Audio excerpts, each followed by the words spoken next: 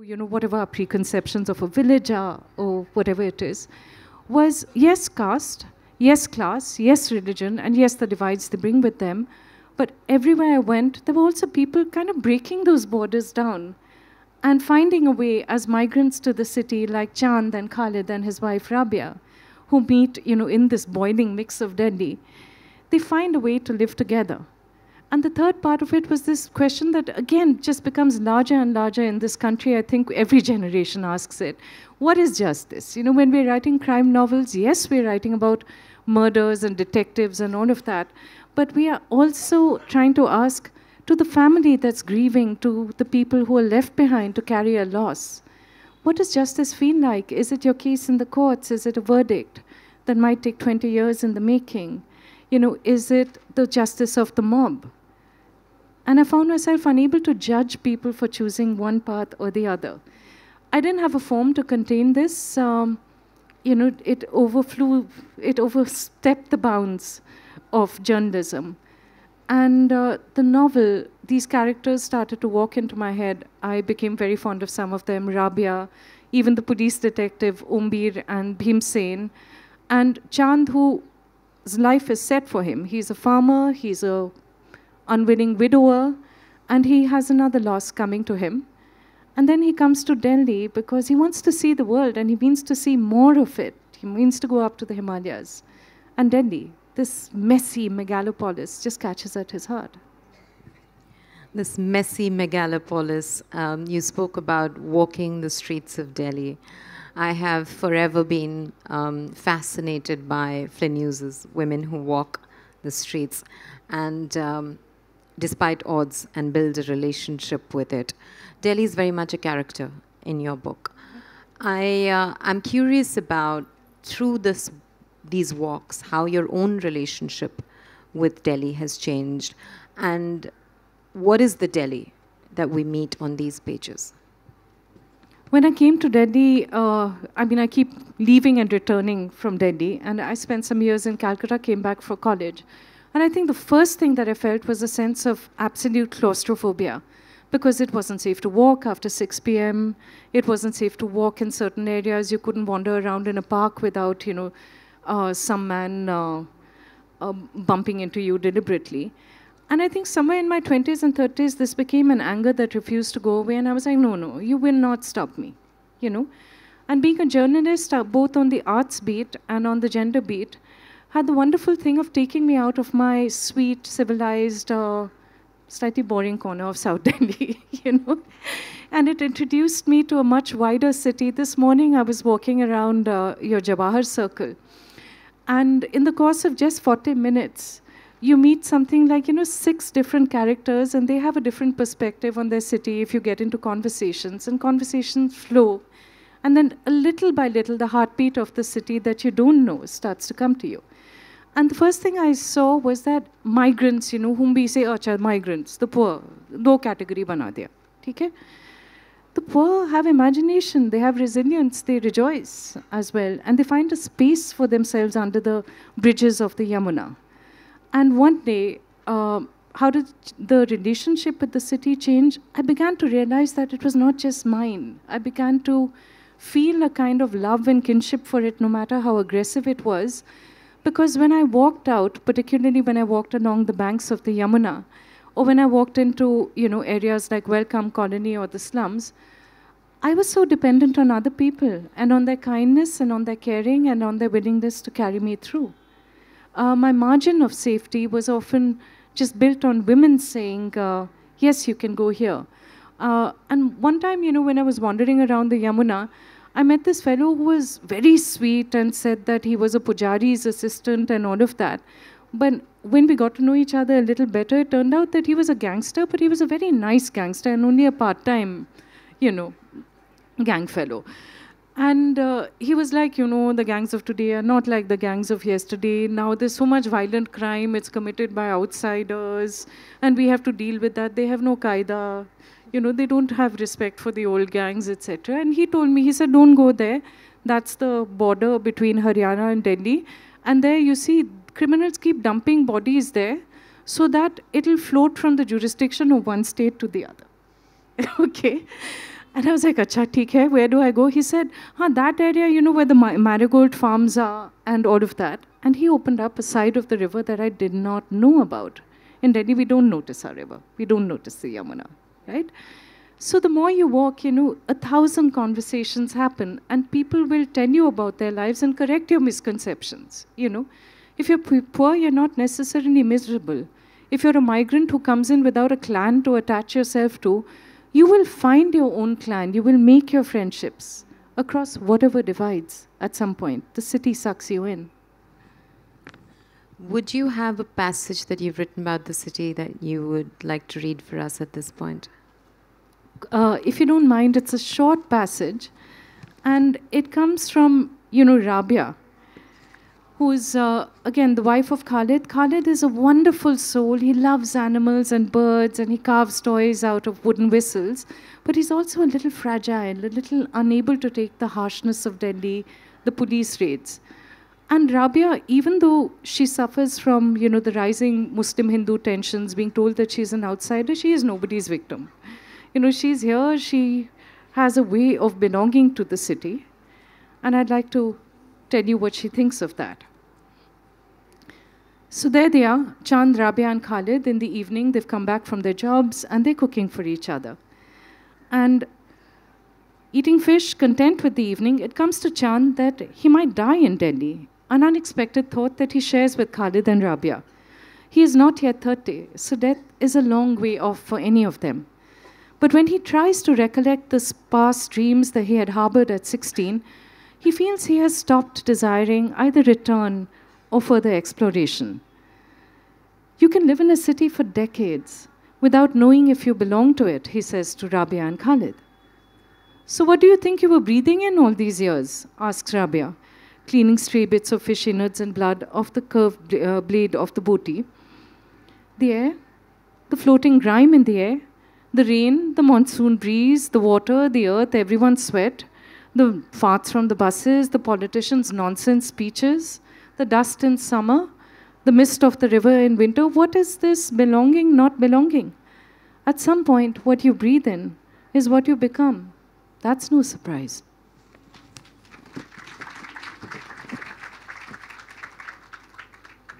Neela, like I was saying in the introduction this earlier today, this book works at many different levels. But like you said, it's a book about a crime to begin with.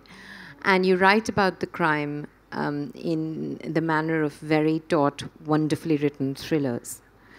So in that sense, it's also a whodunit. And that, according to my mind, is one of the greatest genres of literature. And I am in complete envy and awe of anyone who can crack it. So I'm asking you now to give me some tips on how do you crack this genre. What do you see as a good thriller? What goes into the making of it, the pacing, and who are the writers you've taken notes from? I'm so happy to see a lot of crime fiction coming out in India, and I want to mention a few people, Tanuj Solanki, Anita Nair, writing in the UK about India's colonial past. There's Abir Mukherjee. And one of the reasons why we are gravitating to this is because from strictly the writing pleasure point of view, the clockwork of a crime novel is absolutely fascinating. It's terrifying as well. Agatha Christie did it beautifully. Val McDermid, the Scandinavians, Japanese writers like Keigo Higashino, they get all the invisible stuff behind the scenes that makes you feel the pace. And Black River, I think it's my first attempt at a crime novel. It actually starts with 3 crimes. And people remember one, because that one touches your heart. But the other 2 are equally painful. One is the removal of a woman who doesn't command your pity, and yet should she be removed in that fashion? Okay? I think one of the reasons why we love crime fiction is because, I've said this before, but it's a smuggler's genre. You can do so much with the detective novel, and I stand on the shoulders of many people abroad who've done that. Ian Rankin, he writes about cities and the history of cities. And I think it was important to me, wherever you come from, you see your city differently when you see it through the eyes of people who are not like you. And you see, is it welcoming? Is it inclusive? In the middle of its aggression or harshness, does it find space? Where are the fault lines? Where do people disappear and where are they swept away? And you can put all of that in, and the other part of it is you can have tremendous fun, which I did with the police section to some extent, because Umbir and Bhimsen, I met a lot of policemen like them who were caught in a terrible police force, understaffed, under-serviced in many ways, terrible quarters to live in. The few computers they have are broken down and dusty. The Malkhana is a disused toilet that's been repurposed or something like that. And there's corruption all around them. As a state becomes darker and more corrupt and more authoritarian, the police also becomes harsher, the lathis come out a little stronger. But there's also humanity, na? And there's also that impulse, sometimes against their own will, towards see that justice happens, and it's a very inconvenient impulse for them sometimes. But they can't stop that entirely. So all of that, rolls around. I think crime fiction just allows you to jump into several things at the same time. It's noir. There's the detective side of it, which is such a pleasure, just the solving of something. And at some deep atavistic level, no matter how, dark or cynical the world becomes, don't we all still believe in justice of some kind, A loss has happened, a life has been taken. Don't we want to see it come out right in the end, whatever that right is, whatever that right means? Yeah. I was going to ask you this later, but since you brought up Ombir and Bhimsen, it was a surprising choice to have them as very loosely the moral center of your book. I mean, if it has a moral center, then perhaps one can argue that it's Ombir and Bhimsen.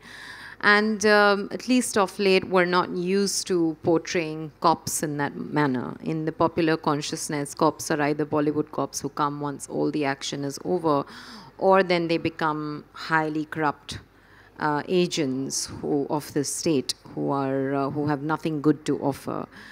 And your portrayal, of course, is much more complex. I mean, they are not do-gooders in that sense of the word, but there is a moral center that vests in them despite the fact that they belong to this bedraggled force that is struggling in many ways, morally and as well as in terms of resources. I think one of the learnings for me was that we tend to take something like the police and say, okay, there's the police and there's us. And we create a divide between the two communities. I see the police slightly differently. I've had a lot of conversations with them, occasionally on in protests. I don't know how much I can say, but let's say that the conversations have been very short and perpetrated at the rough end of a lathi or a tear gas canister. And I know the kind of prejudice that happens. I also know that when the police force in general can be a force of tremendous conscience, a reassuring presence, it can be casteist, it can be communal, it can be exceedingly violent. But you know what it is, Pragya?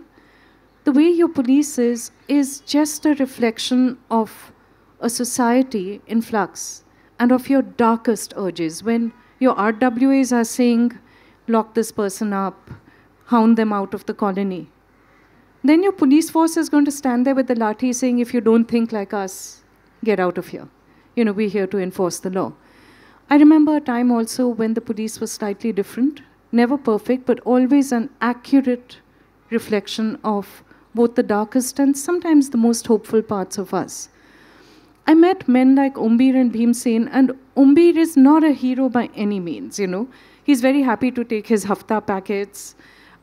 He's basically like, okay, I'm going to go along with the system, something not mentioned in Black River, but it's there in the architecture of the book, is one of the reasons why he's interested in this crime is because he knows this girl. And because it's not said, but it's there again, they are the same caste, or at least of close enough caste. I don't know how his compassion is awakened, though, when somebody else is put through a terrible, he has a compassion towards children. And that force moves against his inertia. And I found that struggle in him absolutely fascinating to experience. In a lot of the conversations that I've had with constables particularly, nobody knows a neighborhood better than a constable. You know, nobody knows it more intimately. They walk that. They feel also a tremendous sense of the more cruel a policeman is. It's surprising how often the more depression they go through or the more alcoholism there is in the force. The people who are the best torturers often end up their careers in ways that I don't like to think about because there's a lot of darkness there. You can't wade into darkness. You can't wade into grimness. You can't wade into violence without changing your soul to some extent. And Ombir and Bhimsen were interesting to me because they had a sense of sturdy rightness. Somewhere, a flicker of that oath that you take. Somewhere, a feeling that justice is okay. It's a luxury commodity, yeah? I was told this by a cop, you know, कि अमीर लोगों के लिए है. It's for the rich. It's for those who can afford it, those who are politically connected. You, from the upper caste, you can walk into a police station and maybe expect justice. But sometimes, no, sometimes that luxury also is for just those who've suffered. And sometimes they feel it. Neela, this book is about gender violence. Like you said right at the very beginning, gender violence has been, it feels like in our society, for 1,000,000 years, it's been a plague that we've lived with. But you're also talking about sort of particular social ferment and the politics of hate that's beginning to take root in ways that are unprecedented over the last decade or so. And I couldn't help but wonder that as a reporter, you know, there is a set format in which we know we practice taking down facts and reporting them. But when you're writing a story as deeply moving and emotional as this, while responding to these very real phenomena, how do you maintain critical distance? Was it ever challenging? I failed.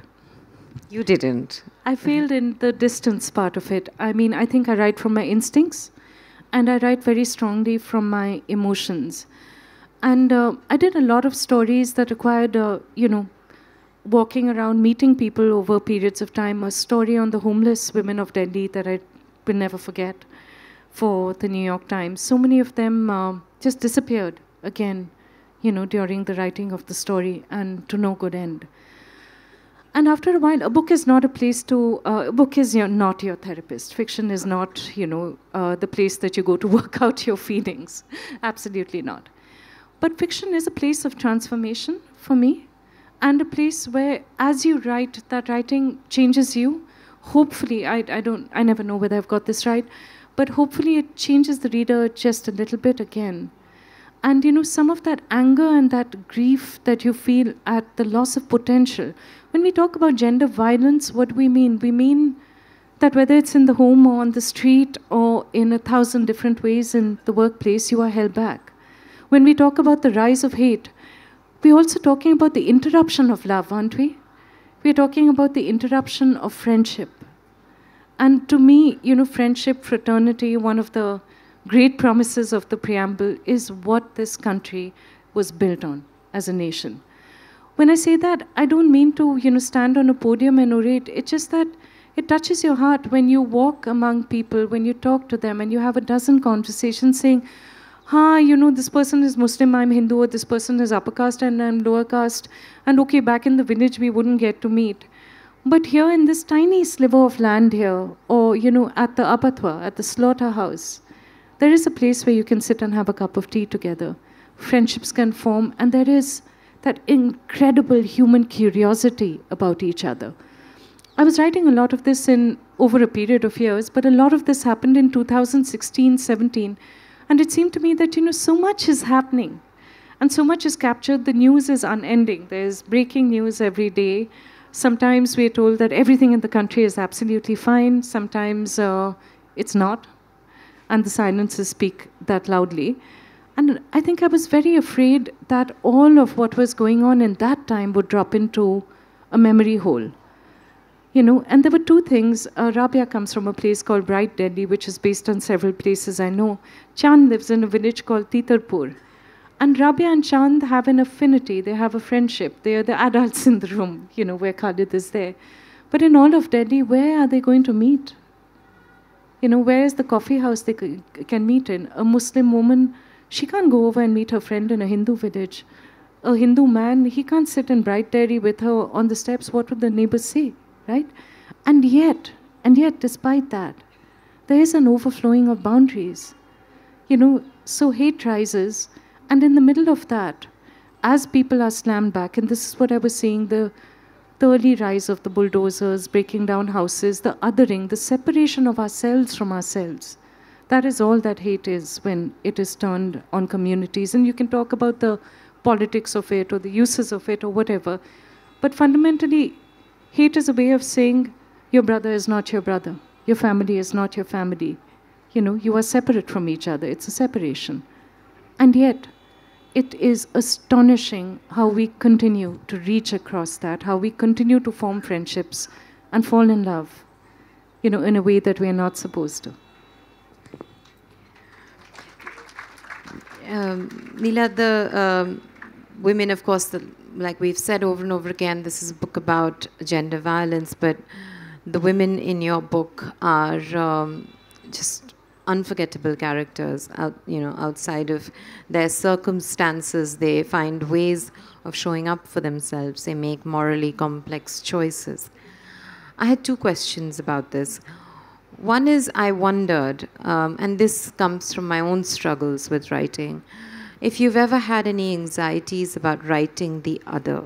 That could be someone from a lower caste. I mean, we come from high caste backgrounds, from someone from another caste, someone from another class, someone with an experience like motherhood that neither of us have. I was wondering if you've ever had any and how you overcome them, if you've ever had any anxieties about it. And I was wondering about your own relationship with all of these women. I feel towards the end of the book that I know Rabia really, really well, and I just am so curious about Bachni. I want another book on just her. So I was wondering what your relationship is with them. Thank you so much for that.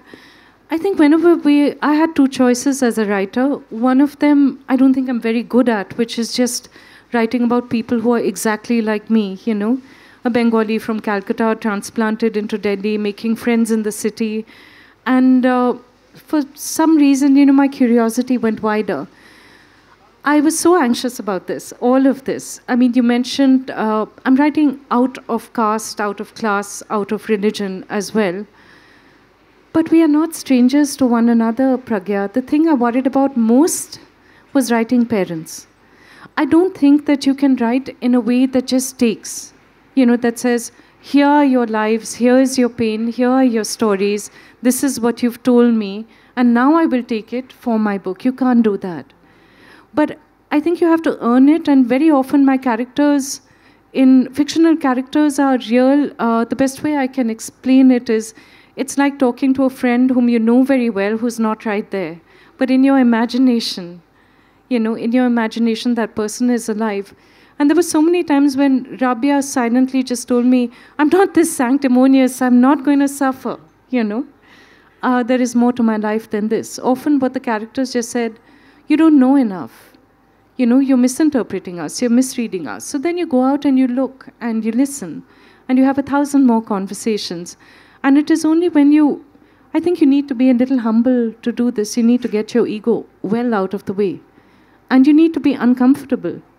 One of my characters, somebody I loved very much in the book, and I grew very fond of, is a deeply moral person, a wonderful father, but he would commit murder without hesitation, And in his book, in his case, it's fine. Even the murder of somebody he has sheltered at a different time. And I had to just look at that without judgment. So humility and judgment. And then when you feel that you actually understand, then you can just let them right through you. You see what I mean? And with parenthood, I'm not a mother, but I've been a child. And I trusted that that might be enough. I saw so much, we've talked about the grimmer side of things, the families bereaved, the families mourning their teenage daughters, their young girls. But something that astonished me and that I wasn't prepared for was how fathers in their 20s, 30s, 40s, were so happy to be fathers. And even though the girls they were bringing up were sometimes burdens, they loved their daughters. And I said, I thought, where is this written about? Why isn't this recorded? What is this new thing that's emerging? Or is it old? I didn't know. But I knew it was there, And ultimately, this is not a book. It's a book that goes maybe through killing and through separation and through this time of hate. But I do think that the tenderness and the love in it is also real. And that came from them. That came from the people who, as fiction as they might be, trusted me to ferry their lives across into a book. Final question, Neela, and then we'll do a reading if there's time. When do you know a book is done? Because a story like this can keep going. And you did write it over a period of time. And if you're willing to talk about it, can we expect this story to continue in another novel? I don't know that the book's done. I think when you finish a book, you just get to an ending. The first 3 drafts were terrible. One of them was an angry edit masquerading as a novel. One of them, at that time, I just didn't know enough about this world. And so I was writing inadequately, thin sentences, right? The third one, it starts to come together. And then you feel it. The third one is also the one where the stories of other characters starts to explode outside the book, right? Because they have so much to say and they're very lively. And they talk a lot. In fact, they talk a lot in your head all the time. And somewhere around the 4th draft, I think you sense, you've written not your story, but you've written what the story demands, hopefully, right? And then you turn to your agent with a sense of pleading, or your editor, and you say, okay, is this it? And he's like, okay, fine. Or she's like, yeah, it's good to go. And then you get to that last draft where you're not letting go, because once you do, you have to say goodbye to them. And you've lived with them. Rabia Chand, Umbir Khalid, Behida, who's Chand's first wife who died, Munia. They were as close to me as you are, as my friends are. They were friends.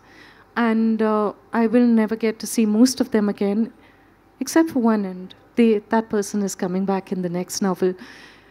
And, this story opens with a murder that was very hard to write for me. But I don't want to read that section. I just want to introduce you to a father and his daughter, if I may, Chand and Munia,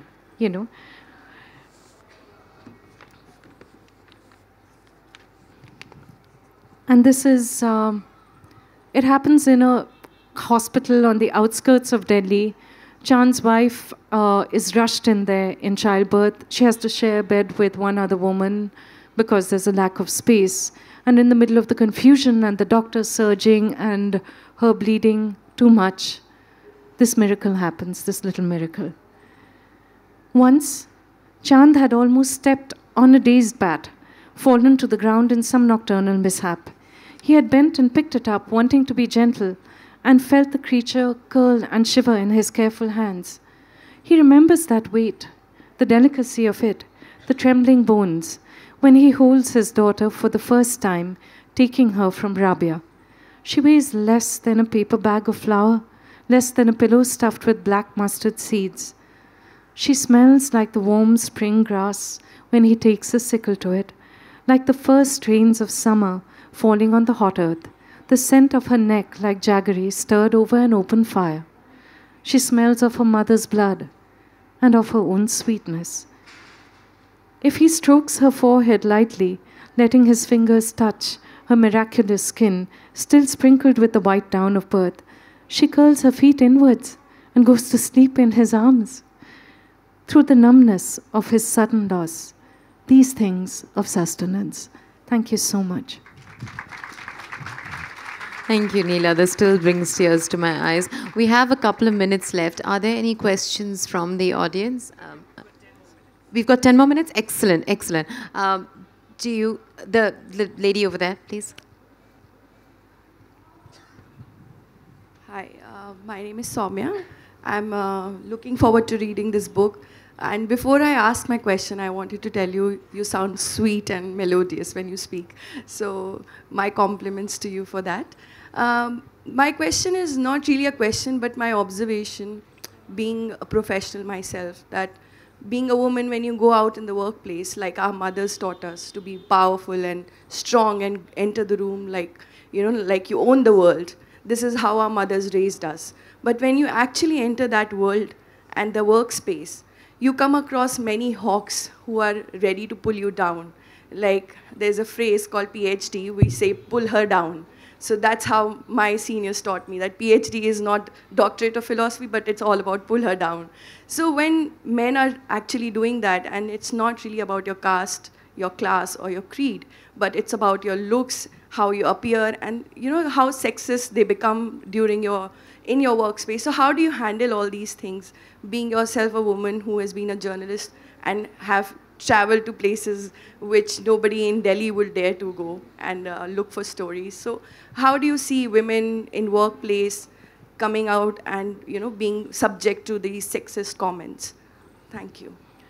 Great question. I think one of the first decisions I made, and not just me, but an entire generation of journalists, Pragya herself, Neha Dixit, Betwa Sharma, Supriya Sharma, there's Shohini, who's right here, Shohini Chattopadhyay. I made a decision not to be timid about taking up space. My mothers and grandmothers had literally earned that. And I knew how fragile these freedoms were, how recent these freedoms were that we all have. My father's mother was married off when she was 12 years old. And she had her first children when she was 14 or 15. She taught herself how to read when she was about 16 or 17, and she became a writer. She became a writer of poems. She became a writer of stories. My struggle is nothing compared to hers. When I step into, walking around, Shohini again is the expert on that.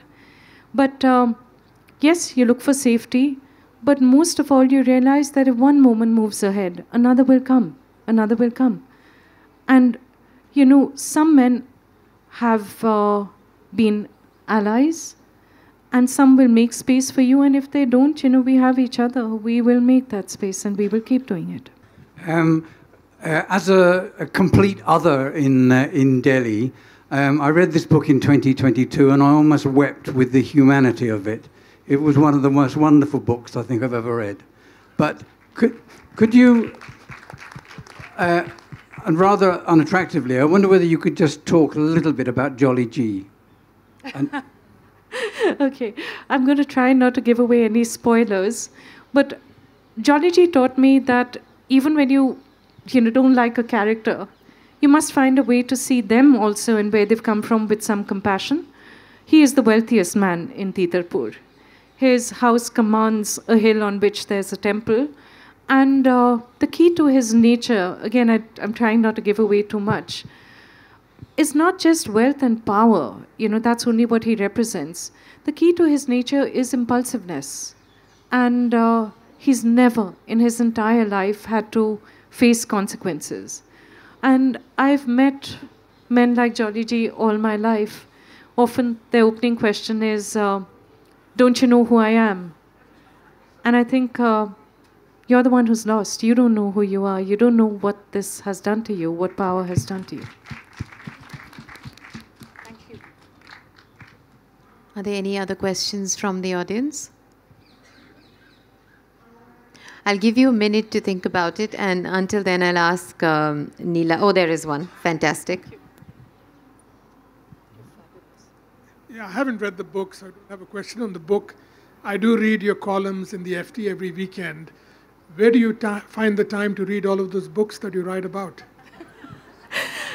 I don't think I would be a writer if I wasn't a reader, and I have cunningly taken jobs that allow me to read for a living, But honestly, okay, I don't watch TV, and except for the distraction of 4 rambunctious cats who require a lot of my time, and family whom I love, and friends and the social life and the writing. Okay. I don't know, it just kind of happens, you know. But there's always a pile of books. I mean, just look at this place. Look at what's happening in Jaipur. Everybody out here, I see people flocking to bookstores, you know, getting into long conversations with authors. And I just want to remind myself all the time that we are lucky to be celebrating reading and to being readers. And so the time happens. Thank you. Do we have any other questions? At the back? There's one, the lady there. Hi, Nilanjana. I was just curious, like, did you decide that you wanted to do crime fiction and start the process of this story from the crime itself, or did you start from the characters? That's very acute. You know, that is clearly a writer or a critic in the making. Because, no, I'd never sat back and thought, I don't think in terms of genres. I've written 2 books of fantasy fiction before, and it was only after I wrote them that I realized, okay, fine, if it's about, you know, cats and cheels and mice in Nizamuddin, it's probably fantasy. But I'm very genre challenged. I tend to, you know, move from one to the other in the same book a lot. And what happened with Black River was, it was Chand and Munia and Rabia first who emerged. And then Umbid was like, no, I'm not a cartoon. That's the policeman. And then slowly it started to take shape over multiple drafts. And I realized, all right, you know, this is technically whatever you want to call it. You want to call it noir fiction, I'm going there. You want to call it detective fiction or a crime novel, I'm happy with the label. But to me, it was always about not a crime, not a murder. It was about the aftermath of that. And that aftermath was not just about, you know, justice or the procedure or how different people find that. That aftermath was also simply about when it all dies down, when the TV cameras go away, you're still left with your grief, you're still left with that absence. And how do you find a way around that? How do you carry that through a lifetime? You see? So that's where it came from. Thank you so much. This question. Thank you so much, both of you. As a budding writer, I have a question about the characters. You said you go and you visit places and, you know, the people you interview. The characters that you form, are they a conglomerate of many people that you meet? Or you meet one person and you say, this is my character? And do they come to you? I hear people saying all the time that they spoke to me and they came to me. Is it in dreams that they come, or is it when you're waking and talking, you just get an intuition? I'm just curious about the method of writing. You're getting to the heart of the mystery of fiction, so that's actually a really good question. I don't do composites. You know, I don't do composites because none of us in the audience, we are not a mashup of various people, and that just wouldn't work. And I don't base it on a single person because I spent too many years as a journalist. It would feel wrong. Yeah. It would feel like I was robbing somebody without their consent, and consent is really important to me. But what happens is strange. You know, once you open up a door to the imagination, and this is what fiction is all about, this is where the power of it comes. Once you become, you know the territory, right? You know the language they speak, and I don't mean, you know, whether they speak in Hindi or Bangla or English. I mean that every person has a particular register. They might speak in complete sentences or half thoughts. Somebody might have a very visual way of speaking. Somebody might be very tactile, sensual. Somebody might be reticent, but be thinking so much in their heads, right? So once you have that down, it's not mechanical. Every single one of my main characters, at some point, I can't explain it. You see them, you know. You're walking around your city, and on a bridge, on the ITO bridge, it's crowded, it's smoky, it's polluted, and I'm thinking, my God, I hate crowds. And there's a young man standing there, and he's looking down, and he's mesmerized, and his eyes are filled with dreams. You know, to him, it's just not a crowd. It's so exciting to be young and here and see the air filled with dreams and possibilities. And I blink and he's gone. He was never there, but that was Chand coming to the city. I turn a corner somewhere, and there's a woman getting off a bus, and she's moving in that way, which is like, okay, I know this is not a safe area, I'm targeted, but her shoulders are also going back, and her head is up. She's not going down without a fight, and that was Rabia. And Munia I was standing on the roof one day, one very cold winter's morning, and Munia turned and she ran across the fields and she started the book off. I think you just have to be willing, and that willingness, that openness, is where fiction happens. But truth to tell, it is visionary. I mean, they come to you, but they come to you only when you earn it. Is that a question? Would you like to ask a question? All right. Sorry, we have just 10 seconds, but I'm sure she'll answer it after, because we've already got the mic. It's a short question. I'm Sucheta, by the way. Hi. Hi. Was it a conscious decision to write about working class characters? I was writing about Delhi, you see? And then you have to write about the people who built the city, the people who flow in and out of it, and the people whose love for the city is as great as my own love. I don't think I divided them into class.